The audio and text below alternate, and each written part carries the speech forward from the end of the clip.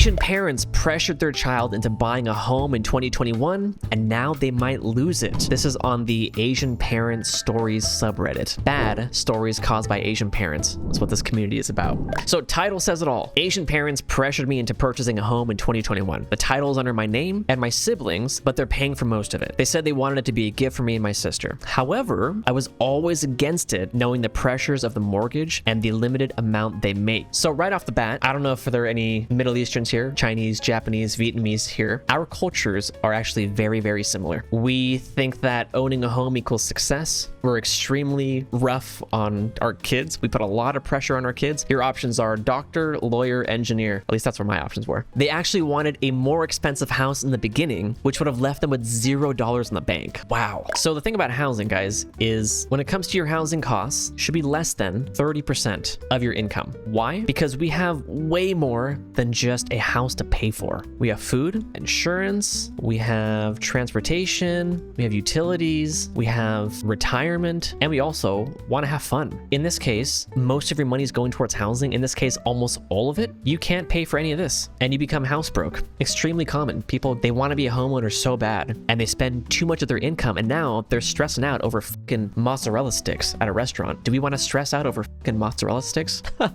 What a dumb thing to stress out over, you know? Anyway, let's move on. I told them it was too risky and said no. Can you guys say no to your Asian or Middle Eastern parents? Most children of immigrants, they can't. I have so many friends that are like, I'm gonna disappoint my parents. Oh, they're gonna be so upset with me if I say no. Who gives a if you are stressed out about disappointing your parents because you don't want to do a thing that they want you to do, be a homeowner, major in a thing that you want to major in, just say no. And if they have a tantrum, let them have the tantrum, and they will get over it, I promise. These cultures, the parents, sometimes they can be highly manipulative. They're going to guilt trip you. Oh, you don't love me. Oh, I brought you into this country, blah, blah, blah, blah, right? They're going to guilt trip you. And if you keep caving, they start to learn, oh, if I just guilt trip my child, they'll do what I want them to do. And if you keep this up for a long time, then it becomes second nature and it becomes harder and harder. So the solution is to put your foot down and say, I love you, but I'm not going to do this. I'm sorry. And just rinse and repeat. They're going to kick and scream for a long time, depending on how long you've been doing this for, but they will get over it. They kept pressuring me to buy a house and I eventually caved. Yep, he should have put his foot down. And I wish I never did. So I was making good money, which allowed for a big loan. But I was concerned because the nature of my job, there was a high chance of possibly becoming unemployed. So a couple things here. This is where the emergency fund comes into place. We want a solid 6 months worth of expenses. If you have a job that is not so much in demand, volatile, and you anticipate that you'll have a difficult time finding a new job, we have to bump this number up even more. And I know it sounds crazy. Some people are like, are you crazy?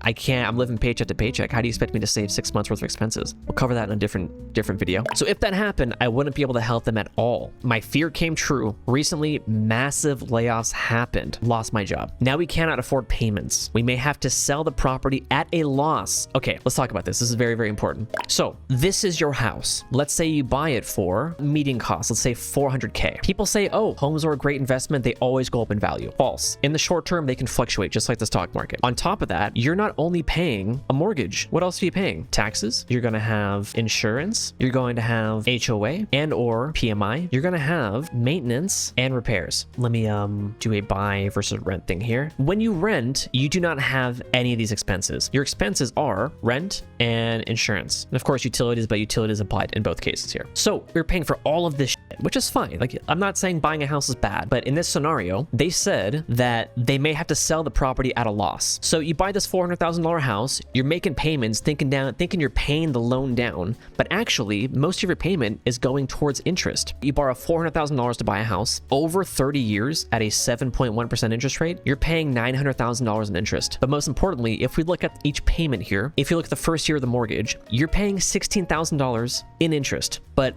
about $500 in principal. This is the money you're paying back for the loan. So in the early years of a mortgage, most of your money is going towards interest. And not only interest, but everything else we talked about. Taxes, insurance, HOA, PMI, maintenance, repairs. Let's say the home appreciates to $500,000. You have to subtract this 100K profit you're making from all of this stuff. So you didn't make $100,000 in profit. Now people, they like to just tunnel vision on this. They say, oh, I bought this home for $400,000 and I sold it for $500,000. I just made $100,000. I am a genius. No, you're not, dumbass. You paid for all of this and you have to subtract it from your profit. So in this case, if the home didn't appreciate enough to cover all of these costs, you lost money. And that's what he's talking about here. They may have to sell the home at a loss. Of course, the property value could go down as well, and then you're really negative. I'm not talking buying a home. I'm talking people buying a home and not thinking about all the extra costs, not thinking about running the numbers, just tunnel vision, I want the house, and saying renting's a waste of money. All the money you save from this right here, you can invest that. As long as you invest this money, you'll actually come out on top from a net worth perspective. I've run this calculation so many times on various different houses. You'll usually come out on top, if not, maybe about even. But what is more frustrating than that? My stubborn parents still don't want to sell the house. Then they come crying to me about how payments cannot be made. What did we talk about earlier? The guilt tripping. And I feel like I'm being pressured to chip in more money. The problem is I'm living on savings, and during the process of applying for unemployment, there was a mistake which put my case into pause until a judge reviewed it recently. It took 6 months, damn. And that's 6 months of no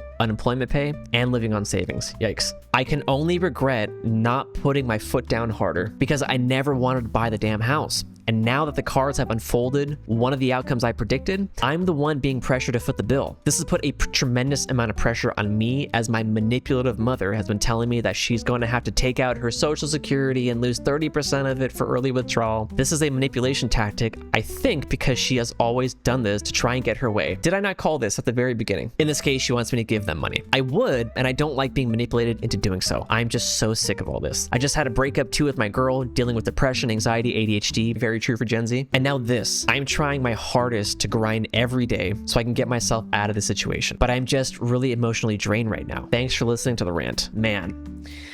That's rough. I mean, there's so much to unpack here, but the biggest thing is when it comes to immigrant parents from the previous generations, actually even newer parents that immigrate here, they see a house as this sort of end-all be-all. They think housing, you buy a house and you've reached whatever you think it is. The American dream, stability, you've made it. But like we talked about, if you don't have the means, if you cannot afford it, this is what happens. Yeah, if it were me, I'd probably sell the house, unless if interest rates were like insanely low. It's like if they got a 2 or 3%, I would be telling my parents, you guys need to lock in. You need to lock in right now or I'm selling the house. Here is the ultimatum. You guys have to get a second job. You guys have to negotiate your salaries and get to this point, or I will sell the house. I wonder if he's done a follow-up. Maybe. What's his username? Nine-tailed Sheba. 2 years ago, abusive household. Tried to move out as soon as I had the means. I do not want to live with a narcissist ever again. I moved to a different country for this very reason, to reduce costs for as long as possible.